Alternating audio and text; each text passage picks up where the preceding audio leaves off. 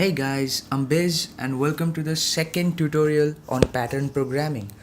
Now in the previous video, I had already shown you how you can write the code to generate three basic patterns, like the pattern with a single line with multiple stars, and there are also multiple lines with single stars, and at the end there was a pattern which implemented both of those concepts, and that was like a pattern with n columns and n rows full of stars, right? So here in this video, let's just look into a bit more complex examples, and this is one of them. Now if you look at this pattern, then it's kind of similar to the one that we did last day at last, right? Like the box pattern I just told you about, the n rows and n columns. If you see it over here, it's very similar to it, isn't it? There are n rows. The only difference is the number of stars in each of these columns. Like in the first row, there is only one column. In the second row, there are two columns. In the third row, there are three, and so on. So, to write the code to generate this pattern, why don't we first display the pattern that we did in the previous day at last, and then we'll just modify that pattern, or I should say I will just modify that code to generate that box pattern such that we can generate this pattern over here. So let's just start by doing that. So I will again open code blocks. First, I'll ask the user to enter the number of lines, and there it goes. I'll also need some variables like n to store the number of lines, and later I'll need some more, but let's just keep it this way as of right now. Okay, now I'll need some variables, the counter variables to keep track of number of columns, number of rows. So for that I'll use I and j.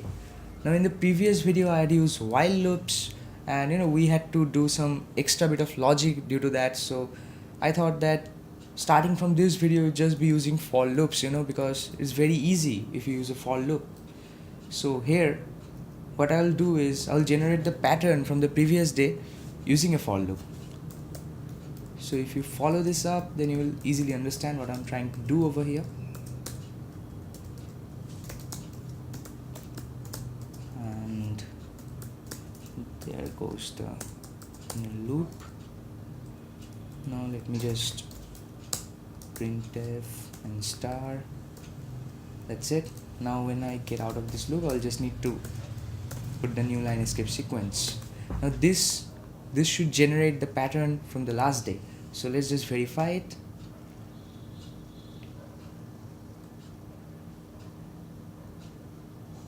Okay, say there are like 7 lines. Okay, so it works, right? There are 7 columns, 7 rows, all full of stars. So this is generating the pattern from the last day. Now what we have to do is we need to modify this code in such a way that it will generate this pattern.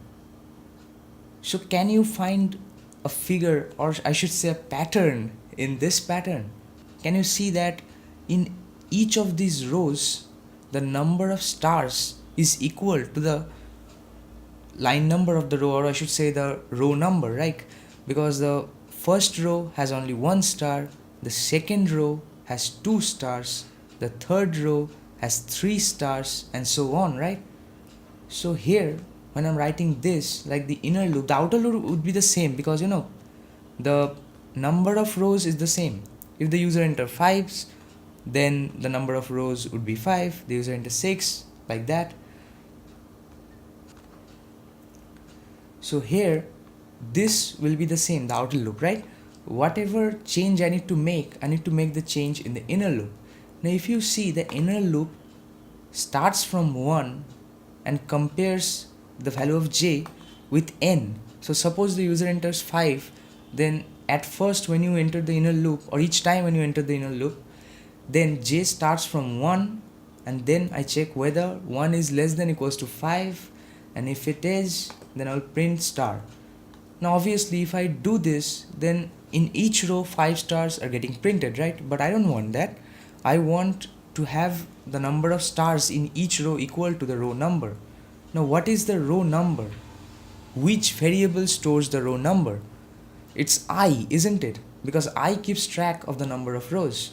Because at first I is 1, then after doing all the things in this loop and then just going to the next line, then again I is incremented, right? Over here. So first time I is 1, it does all the operations after checking, and then it increments the value of I to 2. So the i's number, whatever value is stored in I, is the number of the row. So instead of n, if I put I over here, then that's it, isn't it? Because then if I just track it, then at first I is 1, I less than equals to 5 gets inside, then j is 1 less than equals to 1, obviously, then it prints a star, and then it increments the value of j to 2. Now obviously 2 is not less than equals to 1, right? So it gets out of this loop, then it goes to the next line, and then it comes in the increment section of the outer loop, it increments the value of I to 2, then with that value 2, it checks for the condition. If it satisfies, it gets inside into the the inner for loop, and then again j starts from 1, it goes up to 2. So previously j was compared only once because I was 1, so 1 was less than equals to 1, but this time 1 is less than equals to 2 and also 2 is less than equals to 2, right? So we will have 2 stars, and like this for the 5th row we will have 5 stars. So why don't we just check it? So let me just enter here 5 and see, it works, right? In each row the number of stars is equal to the row number. So this was pretty simple, isn't it? I hope you don't have any confusions, because the next one we are gonna do, well, it is similar to this, but let's see. So you get this pattern, right? So the next pattern we got in this video is this one. Now this and this is the same, we just need to change a little bit of logic over here. Now here you can see that the first row has 5 stars, the second row has 4 stars, the third row has 3 stars, and so on, and the last row would have just 1 star. So here what happens is, if the user enters n, then the first row, instead of having 1 star, will have n stars, and the last row, instead of having n stars, will have 1 stars. So this one is just the opposite of this. So what can we do? What simple change can we do to make this work? And we will just use this same program. Well, we can do this. Instead of starting I from 1, because I keeps track of the row number, why don't I start I from n? And instead of comparing this with n, why don't I compare this with 1? And then at last I'll just decrement. So here what happens is, the user enters some number, say 5 in n. So initially I is 5, right? Then I is compared with the value 1. Now obviously 5 is greater than equals to 1, so it gets inside the loop. Then again j starts from 1 as before, and then I compare whether j is less than equals to I or not.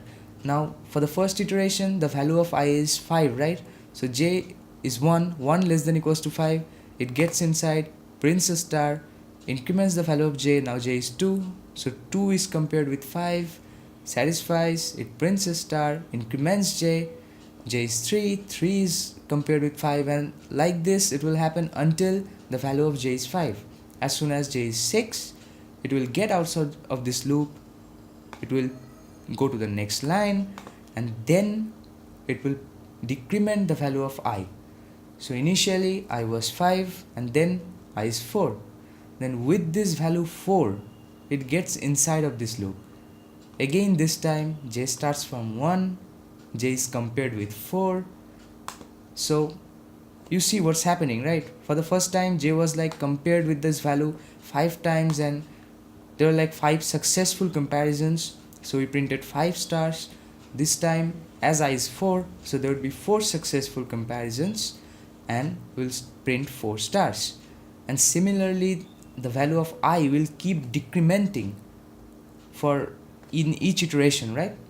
And at last, when I is 1, then j will start from 1, 1 will get compared with 1, and then we'll just print 1 star, and the next one, the condition won't satisfy, we'll simply get out of this loop. And if you do this and you run this, I'm sure we have done everything right. Let's put 6 over here and see, bingo, our job's done, right? So it has like what, 6 rows, and each of those rows, no, this is not like the previous one, it has 6 rows. The first row has 6 stars, the second row has 5 stars, and so on and so forth. So this is it for this tutorial, guys, and let's see what I bring for you in the next video. So till then, I just want you to practice this thing more, as much as you can, and if you got any kind of a confusion, just let me know in the comment section. I will get back to you as fast as I can in light speed, trust me. And thank you very much for watching. I'll talk to you guys in the next one.